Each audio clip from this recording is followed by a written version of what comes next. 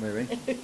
Well, good afternoon to everybody here, and welcome to, actually, you're the new Border Operations Center for Cochise County. We thought that would be fitting to have the press conference here. And I want to thank the mayor standing with me, Brian McIntyre, our county attorney, our DPS captain for this area, and all you for being here to share our message to our community and share some transparency when it comes to what's going on in Cochise County over the last, I'm going to talk 18 months here. What we've been dealing with, what we've been addressing, and how we've been doing here locally. I'm impressed in the fact, I say this before, I've said it in other conferences, is the fact that we have a very special county. We got mayors, we have police chiefs, we have county attorney, DPS, sheriff's office, our border patrol agents, local here, that do an incredible job for the citizens here in Cochise County. I'm so impressed with them and how they stand up. Our emergency service coordinator, Dan Deshawn over there, he didn't want to be on camera, I respect, okay? But the reality is we're all standing united to make this a better place and take our oath of office to sustain that quality of life that people expect. Now, this is my 39th year. Over 39 years, I've seen the good, the bad, and the ugly of this border. Right now, I'm seeing the ugly of it, no doubt about it. Over the last 18 months, I want to go through just a couple things with you. We've had 2,362 border-related offenses booked in our jail. 2,362. We keep these stats because we get reimbursed to the state of Arizona for border-related crimes. That Operation Temple, just in the jail, pushed back into patrol and onto the law enforcement in this community, runs about 40 to 44% of all operations is now border-related. To put that in perspective, usually we run about 5 to 10%. As you all know that's reported in this area, we deal with gotaways, the fight and flight, those that don't want to give up from us. Those 2,362, 344 included failure to yield, which is our pursuits. Another 409 were under the new law for smuggling, were arrested for Class 2 felonies. 100, and people always say, well, this is all the migrants that came across the border illegally. Let me just clarify that. The 2,362, only 136 were foreign-born or illegally in this country. What that tells me, and it should tell you, is the fact that the people coming to Cochise County are coming down from all over the United States, ages 13 to 72, to commit international crime in Cochise County. That's impacted every community. That's why your mayors are here. That's why Ann English, our Board of Supervisor members, here. That's why DPS is here. That's why your sheriff's office is here. It's cost us over $6 million in 18 months. And thanks to Governor Hobbs, Department of Military Affairs, DEMA, our partners at DPS, they're helping us. Last year in 2022, we had over 600 victims of felony crimes in Cochise County, border related. Over 600. Actually, it's 601 to be exact, if you're looking at exact numbers. I give these numbers to share with you because I think it's important you understand the concept of what we've been dealing with. Those who don't know, when it comes to the public safety, and that's what we're all about here, community safety, public safety, it's quality of life, like every community works for.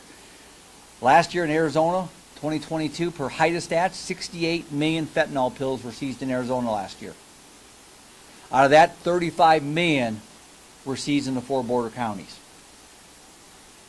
35 million fentanyl pills, which means probably about 90% got away. It's destroying this country, our families, our schools.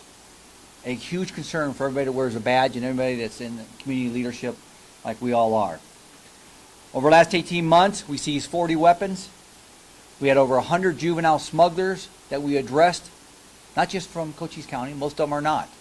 They're from the outside the walls of Cochise County and a lot of them outside the walls of Arizona. In fact, last night, on our interdiction, my interdiction team stopped the vehicle, driver out of Colorado. 4 migrants still had their camouflage on, came out of the brush in the back seat, and stuffed under the front passenger footwell was a 12-year-old. And this 12-year-old was not related to anybody. Folks, that's called human trafficking. That's what we stand united on when it comes to what we stand up here for, is the public safety threat, the humanitarian threat of people that are, let's just call it what it is, modern-day slavery on our southern border. People being exploited by the criminal cartel. And we work so well in combating that. Has it been a challenge? Yes, it has. Over last week, we've had deaths, both dying and exposure in our desert, car crashes, failure to yields, rescues, sadly recoveries by my search and rescue team. And as we speak to you, we're dealing on a violent threat where a person was kidnapped and violently beaten by the cartels. And we found him in our county today, or yesterday, the last 24 hours. What I'm sharing with you is this, it's not a good situation on this border. Folks, you can talk politics, you can bring politics all you want, but what I'm telling you right now, the people standing here are united. We made the call yesterday, Mayor McCall, myself, and the police chiefs, DPS, Brian McIntyre. None of us said, Sheriff, let's talk politics. None of us said, let's do this for political reasons. We did it because we're servants of our citizens and we want to change. Yesterday we found out that they're going to do street releases in Cochise County. A county that's considered rural by nature, doesn't have the resources to address this. And I say this, I'm going to say it to the media today, the ones truly stepping up and helping these migrants are the people sitting here today and the teams within our respective teams. It's sad that you're going to release migrants in a community that doesn't have the basic essentials. And nobody's going to argue. We believe in legal processes. Every one of us do. But when you expedite a process and you leave them at the Safeway in Bisbee, on the streets of Douglas, and they navigate their way through Cochise County trying to find those basic essentials of life. And what's even more disturbing to all of us here as leaders is to know that they didn't even cross the border in Cochise County. They crossed the border in other parts of the Tucson sector and maybe beyond, and then they're bussed into Cochise County, expedited processing, and let loose here. I talked to Governor Hobbs and her team last night for quite some time. DEMA, Department of Military Affairs, DPS Colonel for some time this morning. Everybody standing with me today. I talked to Border Patrol Sector Chief John Modlin, our local leadership, and so I'm not remiss to say this. I can't say enough about our Border Patrol agents out there. Their morale is in the dirt, folks. Their morale is in the dirt. These agents wear that badge with pride, not just in Cochise, but beyond. And what a slap to what's going on to what they do every day. And I spoke to many of them yesterday. I invited Border Patrol today to come speak at this because this is about sharing the community, what's going on, what's the end game, and where are we going? What's the navigation map? I got a call an hour ago. They weren't allowed to come. If you print anything today, print that. Damn it, we all serve the same people. They should be here talking to you, just like we are. I'm so disappointed to hear that they could not come. And like I told them, I will address that. They should stand in front of you just like we are. I've been beat up in the last 24 hours on these street releases like everybody here. But we're here today facing you and going to face the public. We're going to come out with a unified statement from all of us. We'll all sign it. This is where we stand. Nothing's going to change in Cochise County for us. I want the citizens in Cochise County to know we'll continue our innovative efforts, our proactive efforts, our unified front. Those who violate the law, citizen or not, will be held accountable. Our job is to keep the community safe, and we're going to continue to do that. I've talked to U.S. Senators Kelly and Sinema, and as they said, Sinema's team, Senator Kelly and we talked on the phone, and as they stated, they're working together, they're doubling down to stop this. And it's not just Cochise County. It's Casa Grande, Nogales, San Diego, other places are in the same position we are. The difference is we're rural. We don't have the resources. That is inhumane in itself, as stated. We're going to continue our Safe Street programs. We're going to continue discouraging those that want to come to Cochise County, thanks to our county attorney and his limited resources over there too. They do an amazing job keeping the citizens safe and prosecuting those that need to be prosecuted. At this time, I'm going to turn it over to Brian McIntyre, our county attorney, for his comments. Brian. Thank you, Mark. Good afternoon. Thank you all for being here.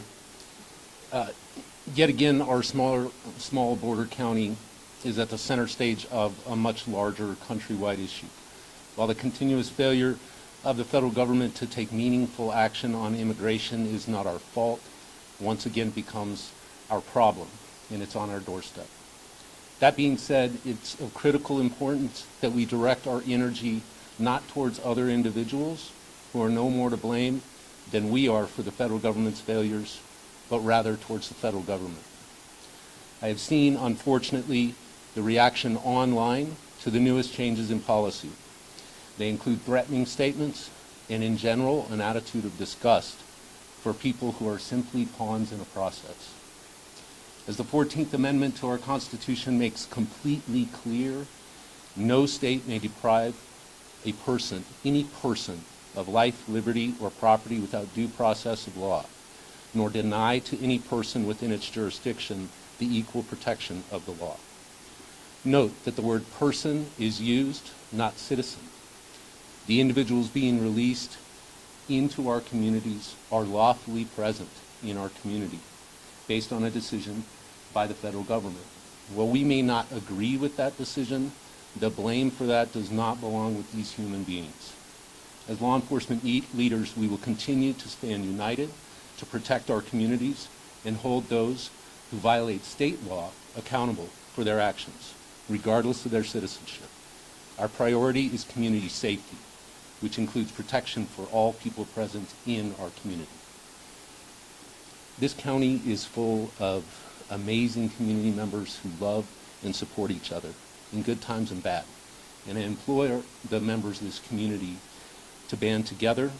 Together we will get through this without harm to coming to any person during the process. Thank you. Thank you, Sheriff. Thank you, Brian. My name is Cleo McCaw. I'm the mayor of Sierra Vista. And I just wanted to say that we stand with Sheriff Dannels on this particular fact. Sheriff Dannels, the Cochise County Sheriff's Department, Sierra Vista Police Department, we're here to do what you need us to do, sir. We were elected as our coalition of mayors here. We were elected to protect life, liberty, and property. And that's what we're going to do. I want to say to the citizens of Sierra Vista that we have your back. If you see anything, say something. Our police chief, Chief Heiser, is here. We're here for you. City Council is here for you. And we're going to do everything we can to support our sheriff. Thank you.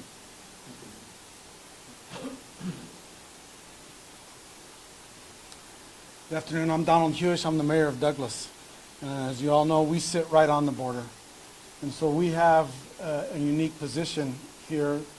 Unfortunately, we're also a community that has no resources at all to be able to house any of these people. But I'm extremely grateful for our citizens that have stepped forward, our churches, our nonprofits that have stepped forward to temporarily provide shelter and food, water, facilities to these migrants that are coming through our communities until they can find a way to their final destination.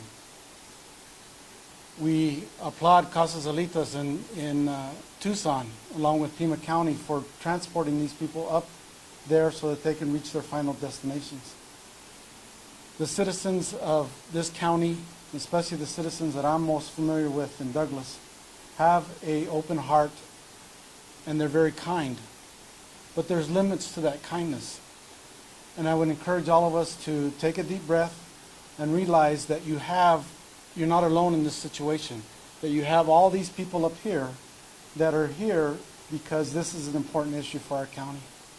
So please stand with us. Please pray for us as we continue to maintain a semblance of order that we have to date and pray for a solution to this situation. Thank you.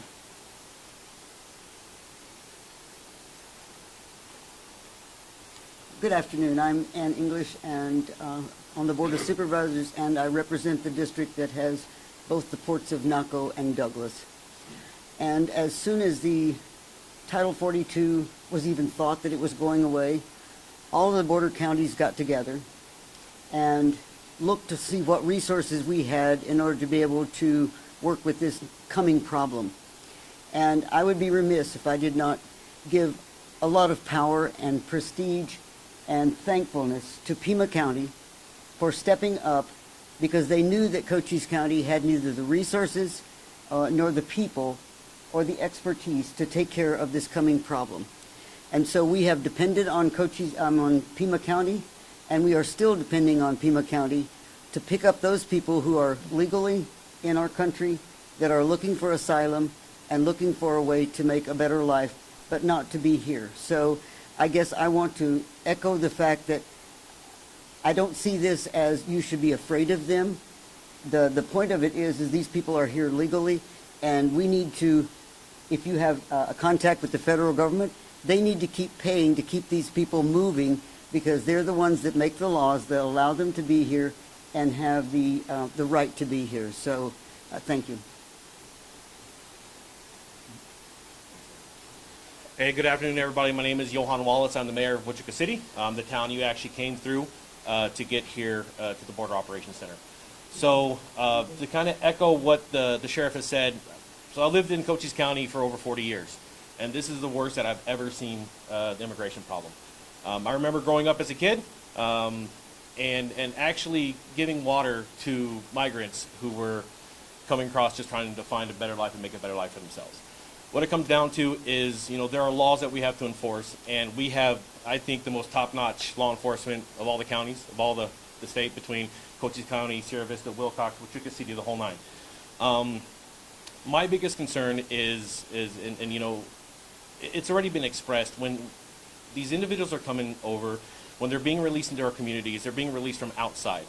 We have been given very minimal assurance that the individuals being released are okay to be released. We're still trying to flush all that information out, because the information is very slow coming to us from the federal government. So just last week on Saturday, there was a high-speed chase through town that ended in my community. They bailed out at the school. Fortunately, it was a weekend and the school was not in session, but there have been situations where there have been bailouts while school is in session, and these migrants are jumping the fences into school grounds. So again, sheriff, his team, all the law enforcement, all these mayors, we all have a common goal. We want to protect our residents. And we really need the federal government to step up, to set something into play, so that we are not feeling the burden and our residents are not feeling the burden. My message to Wichita City and everybody else out there: if you see something, say something. Call your police department, let them know what's going on, let them handle it, because we don't want any of our residents to end up in jail for taking the law into their own hands. So please make sure you call your law enforcement. That's all I have. Thank you. Good afternoon. I'm Chris Heiser, Chief of the Sierra Vista Police Department. And now, City of Sierra Vista is not an official release site for any of these street releases.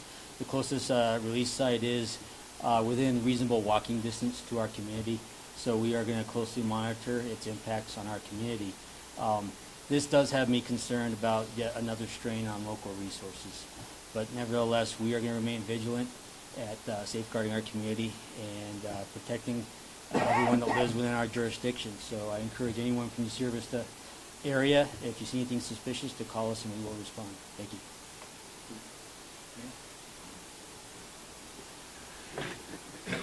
Good afternoon, everyone. I'm Joe Conrad. I'm the mayor of Benson. Oftentimes, Benson isn't viewed as a border community. We're about 60 miles inland from the border. But Cochise County is a border county, and we're all involved in this. So I just want to make a statement that we stand behind Sheriff Dannels. Our police chief is looking out for our safety over in Benson. I want to encourage everyone, again, we'll say it over and over again, if you see something, say something. But get on the email, get on the phone, get a hold of our elected representatives in Washington. These are the people that need to hear from everybody. It can't just be us 5 or 7 mayors reaching out to these elected representatives. So everybody, I encourage you, contact your senators, contact your congressmen, let them know what's going on down here in Cochise County. We need all the help we can get. We don't have the resources to combat this on our own. So again, reach out, talk to the people that can get something done, and let's get this moving. Thank you, everyone. Go ahead, Ken. Thank you. Hi, I'm Ken Budge. I'm the mayor of the city of Bisbee, the other real true border town along with Douglas, and one of the release sites. I want to make a clarification here. There's 2 items that are going on. There are people bringing over by cartels that are doing illegal and putting a lot of strain on our police force. And then there are the people that are giving themselves up and are coming in with papers and are immigrants.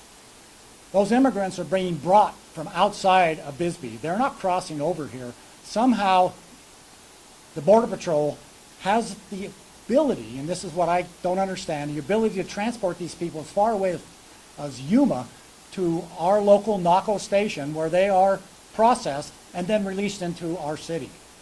If they have transportation all the way from Yuma, they should be able to transport them also up to where they can get better care than what we as such a small city can provide. Now, I've been in contact with both House representatives and senators. I've got texts in my pocket about, oh, well, DPS is only releasing these at a transportation hub. Well, I'm sorry, but my Safeway is not a transportation hub. It is a bus stop for my little local bus. So there is some real misconnect that's going on between the federal government and us, and I agree with everything that's been said here, but I would, again, encourage, oh, I talked with my hands. I would encourage people to reach out and let their representatives know that there's a disconnect and that a mandate that says you have to release them as soon as you process them, wherever that may be, is just not going to work in Cochise County and in our small cities. Thank you. Good afternoon, everybody. I'm Mayor Laws of Wilcox. I take a little different perspective on this in the fact that you have, I call children out here smuggling people through our county, and their lives are over when they do this. If you could get a word out to families of these young people to stop, all they see is that dollar, like $1,000 a person, I'm understanding they can get, and these families are over. If they're in mom and dad's car, they take it. If they'll go to jail, they suffer hardships of tremendous amounts of money to defend themselves, thinking that they're going to do this one-stop deal and make a lot of money. It's not happening. Law enforcement is too strong here. It needs to be stronger. I support it totally. I brought my own chief here today. Wilcox is one of the safest cities that you can come to today, and there's a reason for that. I put all my efforts 7 years ago when I was elected to law enforcement, and I've always been behind the sheriff. He knows that. I believe if you make your community safe, then people will come here and want to stay here. So that's what we're after. But if I could say anything to these parents out here, get a hold of your kids and stop this smuggling that's going on. It's happening every day. Every day. I get calls every day. And it's a sad part of the thing that's happening in our community. And like the sheriff said, these people are coming out of Colorado, they're coming out of Texas, wherever. And along with Benson, we've got to deal with I-10. We're right on Interstate 10. You know, a lot of these inner cities are not, but we are. So they're hitting these roads and doing high-speed chases out of here to get away. And of course, like I said, our law enforcement, starting with the sheriff's office and my local police chief and all of your local police chiefs around here, they're very good at what they do. They're taking all the right training.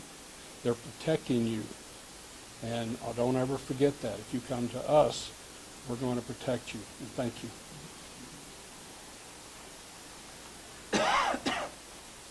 Good afternoon. Just to echo what the other chiefs said, mayors have said, vigilante won't be tolerated. These gentlemen, or these people are being processed, they're being street released legally to go forth and try to find a better life. If you see something, say something. Be a good witness. If you have the ability and a crime is being committed upon you and you have the ability to retreat, I implore you, retreat. Let your local law enforcement handle it. Remember, we're all one community. Several communities within the county, but one county. We stand united to protect you. And remember, this is a public safety issue. It's not a political issue. Thank you. Thank you, chiefs, mayors, Brian, Ms. English, Anybody else, any council, anybody want to say anything? Anything else, last comments? Yeah, I echo everything said. And I've been saying this for about a year and a half. I'm going to leave it with you all today before we do questions and answers for any of the members standing up here, especially those who don't speak. Ask them a question. But I'll say this to you. This is what I've been saying about the federal government. I'm going to leave it with you again today. Intellectual avoidance and abandonment with intended consequences is what we're addressing down here. We can't get them to engage out of Washington, D.C. And that includes all the way to the president, all the way to Congress. They have to engage. They have to prioritize this problem. They have to collectively share that problem with us because we're dealing with it. And then let's work together on it to solve it. That's the recipe of success. And you have to enforce the rule of law. That's how you've heard me, the chief, say that today. You've heard Mayor say that today. Brian McIntyre, myself, is we got to live by the rule of law. That's what makes this country great. Any questions for anybody on this panel? Okay. Of course, I went from News 4 Tucson. A source of mine within your own office tells me that this coordinated effort between these FEMA-supported buses and CBP at these street release drop-off sites isn't happening as it was intended to. Some cases, the migrants, they tell me, are waiting there for a long time, and in some cases, they just wander off in the neighborhood, leave, and don't wait for that bus. Is that true? Is that happening? We still, Governor Hobbs' office told me last night that they're committed to bringing buses down here to ensure that they have rides. Sadly, what's happened is a decision was made by Border Patrol leadership to release them once they're processed. You heard that being stated earlier today. So they're released without a bus. They wander. They're not required to stay there legally, and they're off. Our logistical efforts at Cochise County by the Board of Supervisors and the administration, Dan Deshawn over here, Emergency Service Coordinator, told me, he goes, if you want to talk to him afterwards, he's willing to talk to you about that. But he actually coordinates that effort. He didn't say that, but I'm telling him that. So I don't know if maybe there's an integrity issue, but I'm teasing Dan there. But we've had that system. It's worked well. But these immediate releases was a surprise to all of us yesterday when it came to that. And so now the street releases. And what I'm being told, it's not going to get better. And that's why we're doing the press conference now. And you mentioned all these mostly young folks, U.S. citizens, that are being drawn out here with the promise of money to carry out these illegal acts. I know obviously a lot of this is probably done online, but what, if anything, are you guys doing to try and meet that at the source and prevent that from making its way down here? Well, we've been very loud on that. Brian McIntyre, the county attorney, and pretty much everybody standing up here when it comes to social media and the relationship they have with our young people, our teenagers, and our 20-year-olds, where that's where they spend a lot of their time. We've gone after the social media. I've asked our former Attorney General, I've asked our current Attorney General, I've asked former Governor and our current Governor to include Senator Sinema, Senator Kelly, our state. Let's go after social media. We've got to change that because as long as they can recruit young people and all people to come to the border to commit international crime, they will. We have to stop that vehicle, and we're going to continue being loud on that. Thank you for the question on that, okay? Ma'am? I know that migrants are given different resources, too, when they're dropped off. How long are they given these resources for housing and food in Cochise County and beyond? Ma'am, let me just disclaim that. In fact, they get no resources. When they're dropped with what they have. I asked this morning a specific question to Border Patrol, do they get money? No. So they come across the border because the cartels take their money because they have to pay a fee to come across. This is not just walk across the border. They're getting smuggled through the cartels. When they're left alone there, the cartels re-engage them, a concern we have, again, another huge concern we have. So they have no essentials to go out and buy food, no essentials to go out and buy water. They're left there relying on all of us standing here to find those methods. Well, then how long do you house them in one house? Here locally we don't. Well, they were taken from Douglas Welcome Center to a local church, correct? I'll yield to the mayor on that if he has a question. Yeah, we're set up just out of the kindness of the community with no resources at all to give them a meal and a place to rest until the bus shows up. And so that's the extent of it. And if the buses don't come, we're not sure what we're going to do with them because we're not set up at all to handle families. Both sexes, we're not set up for that. So it's just a temporary until the bus can show up. This morning, 2 buses were on their way, 1 broke down. So that, again, limits our abilities to be able to do that. We're appreciative of that, but again, there's no resources. And this is only out of the goodness of private citizens within our community that they're receiving this nourishment and a place to stay for the bus to get there. Where's the bus from? To Pima County, Tucson, Arizona. Okay. So far, since this started yesterday, we have over 100 that have been released in our community that so far they're being picked up. We haven't had the need to house anybody overnight, which would be extremely painful to us, again, because we're not set up, and it's just the volunteers that are coming forth to be able to handle that. So if we're doing in excess, and this is just through 1:45 this afternoon, that we've already been over 100. And it was surprising, as the sheriff mentioned to all of us, that Border Patrol is saying that they're no longer legally able to house them. And their actions don't show that. As other people have mentioned, they come from Yuma, they come to here. And so obviously they have some means to be able to handle that. And I think what we're all asking is just for the federal government to step up. It's their issue. They've left it in our laps, and it sure would be nice if they would step up and make something happen to protect Cochise County. Those figures you gave, are those just in Douglas, or does that include Bisbee? That's just Douglas. And was that just, where were they dropped off? Some at the beginning were dropped off at our visitor center, and then we were able to shift them directly to one of our local churches there in What's town. the visitor center? Just the visitor center? Just for the Douglas? community visitor center, which we have a couple of open restrooms. And so, the Catholic Church in town have stepped up, and so that's where they're being taken now. And today is the first time that happened in Douglas? Yes. Can you tell us numbers on the people that were involved in the street releases in the rest of Cochise County? Yeah, Bisbee yesterday was 41. Mayor, you might have a number for today? I've just got the first one they released at 12:30, 16, and at 101 South Naco Highway.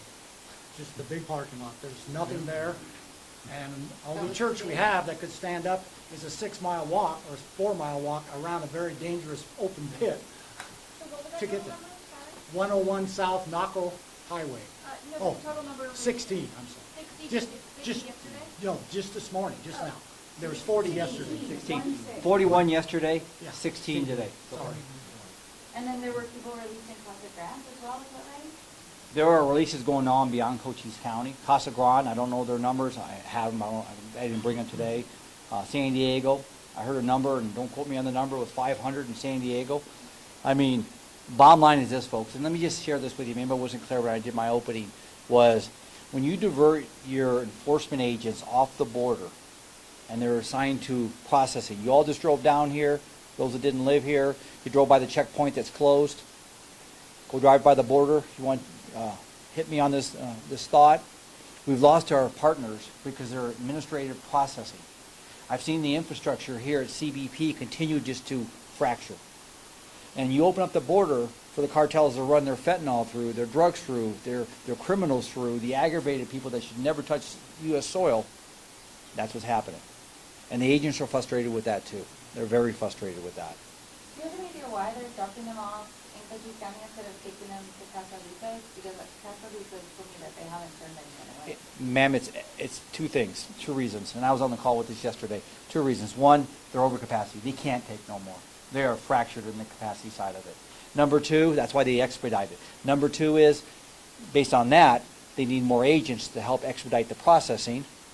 So they're coming into my county and grabbing my enforcement agents, and I call them that because they're our partners, and they remove them from that pool, and now they're doing processing.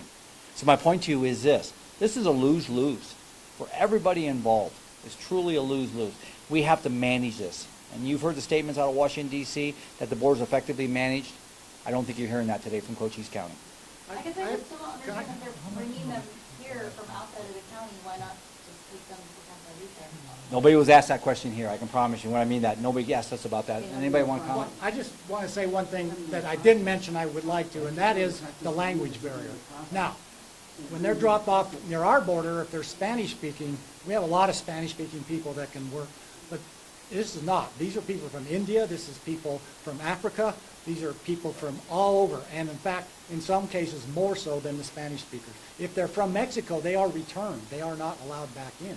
So understand there is a huge, huge language problem that we face when you can't communicate and help them. So that's one more thing that makes this criminally, not for them, but what they're doing to them, in my opinion. What? Thank you for your podium. Sorry. It was just an observation I had yesterday, and maybe this is a question I can answer by anyone here. I noticed when the migrants were being dropped off yesterday at the Safeway parking lot, just like 10 minutes later, a school bus is right there in the parking lot too, and they dropped off people as well. Why that Safeway parking lot? It just seemed like a couple-minute overlap from like kids being dropped off to the migrants being dropped off. That's an exact, I won't tell you which one of the congressmen or senators said. He said, this is ridiculous. It is where they decide to do it. It is where the Border Patrol decides to drop them. We have no control over that. Other questions? Let me get Alexis. So you said that the release came yesterday from DC, but was there any sign of this influx coming our way here in Cochise County? That's a good question. The answer is yes to that. We've been talking for the last couple of weeks, not longer, that this might happen, where they have to go to street releases because they saw the uptick. Again, for the last 18 months and beyond, we keep just seeing this uptick. We might get a pause, then we see an uptick. We haven't seen this. And so we've been talking about it. I know a lot of people in this room have been talking to Border Patrol locally here. Have I got a call outside of Border Patrol sector? No. No, I have not. So whatever we hear is through our local leadership here. And then yesterday, in fact, the text I got yesterday was, oh, just to let you know, we just released. So they had already released. I think we all get the same text. Yep. So it already happened. And nobody just asked, said, Sheriff, where do you think we should put them at? I'm sure they didn't ask the mayors in question here either, or the leaders in this room. So, Terry? Sure. When this all kind of became public yesterday, the comment was about Benson, and I'm wondering from Mayor Conrad or Chief Baker, did anyone get talked in Benson yesterday? Yeah, I heard about that. Thanks, Terry. No, not that I'm aware of. We haven't seen an influx at this point, but as Mayor Laws alluded to earlier, Benson sits at the convergence of 3 major trafficking routes, so it's just a matter of time. There also have buses in Benson, a railroad in Benson, and Interstate 10, which they might call that a transportation hub. That's going to become a transportation hub, exactly. I don't know what DP is. Allie? We were covering the releases in Dublin when Pima County was regularly coming down. There was some question on if they were going to be able to come. There was some talk of street releases then, but it never happened. Now we're talking Pima County is still coming down. Where's the miss in the coordination there? Is there not enough? Are they not able to come down as frequent? Like, why are they dropping the ball like us in Pima County right now if they've been able to work with you guys? I'm going to have our speechless emergency service coordinator answer that one as the logistical guy. There you go, Dan. Dan Deshawn, everybody. You couldn't get away from it. Sorry, Dan. Hi, Daniel Deshawn, Director of Emergency Management for Cochise County. So to answer that question, the street releases, and again, I hate to get into the semantics of the terms here, they began for about 10 days, right early May with the Title 42 issue. And then come June 22nd, they started again and have not stopped. However, since then, Border Patrol has been able to hold the people, the migrants, until the buses come. The buses from Pima County are regularly scheduled.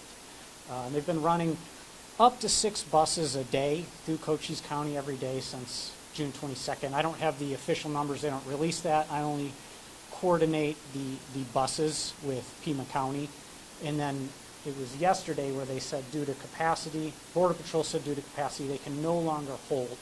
So now their releases are when they have a van full, for lack of a better term, and then they release. So it's out of sync.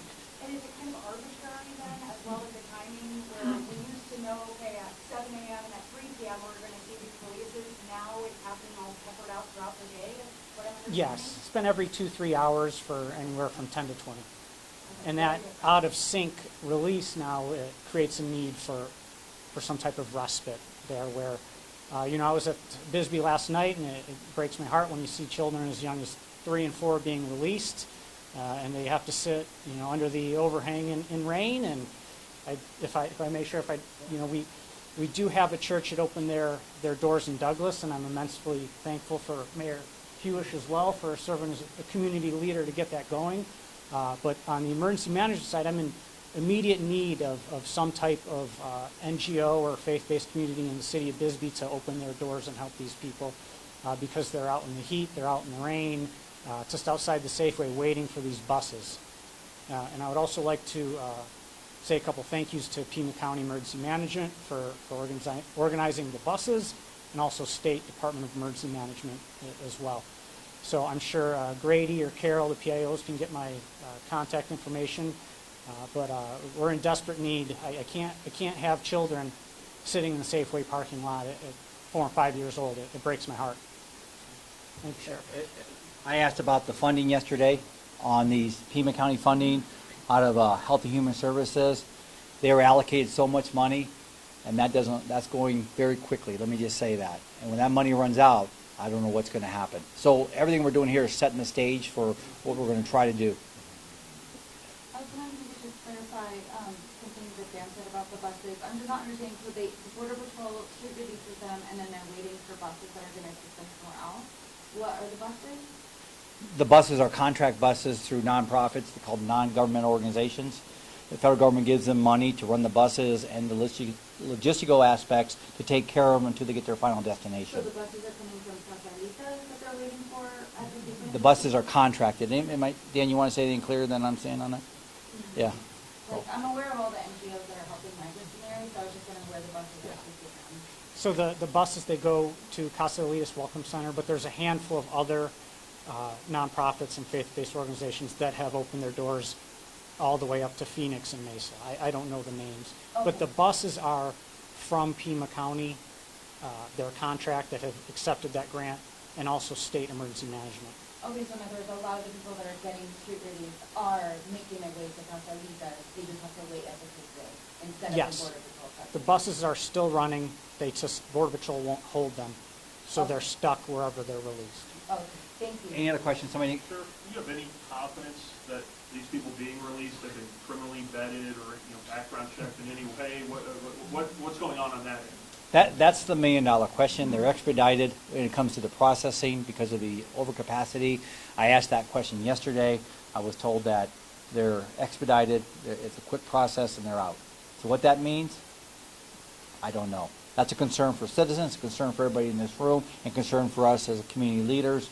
But again, as the county attorney said, they're legally here by that paperwork. They missed it. Bottom line, that's why we continue to do what we do. Good question. Lastly for me, how much money do you feel the county needs to address this issue?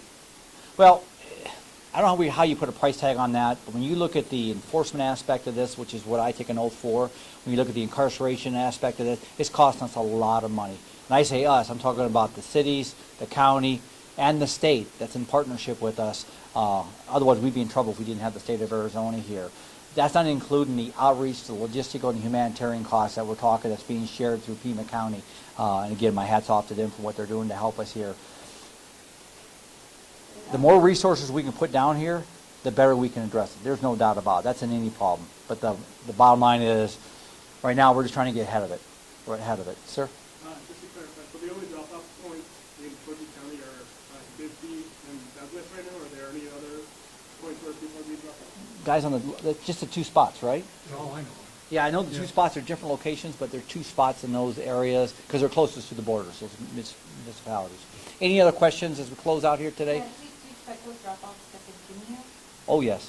Yep. And then I had a question on something you said in your intro when you said that there was in the county over 600 victims of border-related crimes. Can you say what some of those crimes are, how those people have been victimized? Ma'am, everything from murder to kidnapping to drugs, stolen vehicles. So anytime a smuggler comes from Colorado, Michigan, Illinois, where they're coming from, and they come here, and then we apprehend them, they're in a stolen car. That's border-related crime for us. They bring drugs here, because that's what a lot of them do. That's a border-related crime. It's got to be the nexus to the border, or it's not considered a stat for us. And we. And the victims, going back to the victims are the ones that, if you take a 7-year-old, we had a 7-year-old stuffed in the back of a car. The 16-year-old driver was going over 100 miles an hour at 9 o'clock at night without the headlights on. She becomes a victim for us. And then we charge him for the crime. So again, those are all different forms of it, and the county attorney might be able to answer that better than I can, Brian. The victims of crimes that you're seeing on the border. So, you want to answer that? I mean, when we talk about border crisis, when we talk about migrants, these things, the thing that gets left out is how many of them are being victimized. Victimized even just to be able to cross, because they don't have the money to pay up front, so they are essentially agreeing to be indentured servants once they get into our country. As the sheriff said, it is modern-day slavery. That's what's happening here. We've had, yes, victims of violent assaults, multiple homicides. I believe our number in the last 2 years is 11 UDA homicides. Most of those, all of those are the result of fatal traffic accidents. But we've also had victims within our local community of serious aggravated assaults, again, first-degree murder because of a felony flight that turned into a fatal accident. And so the problem for us has just expanded.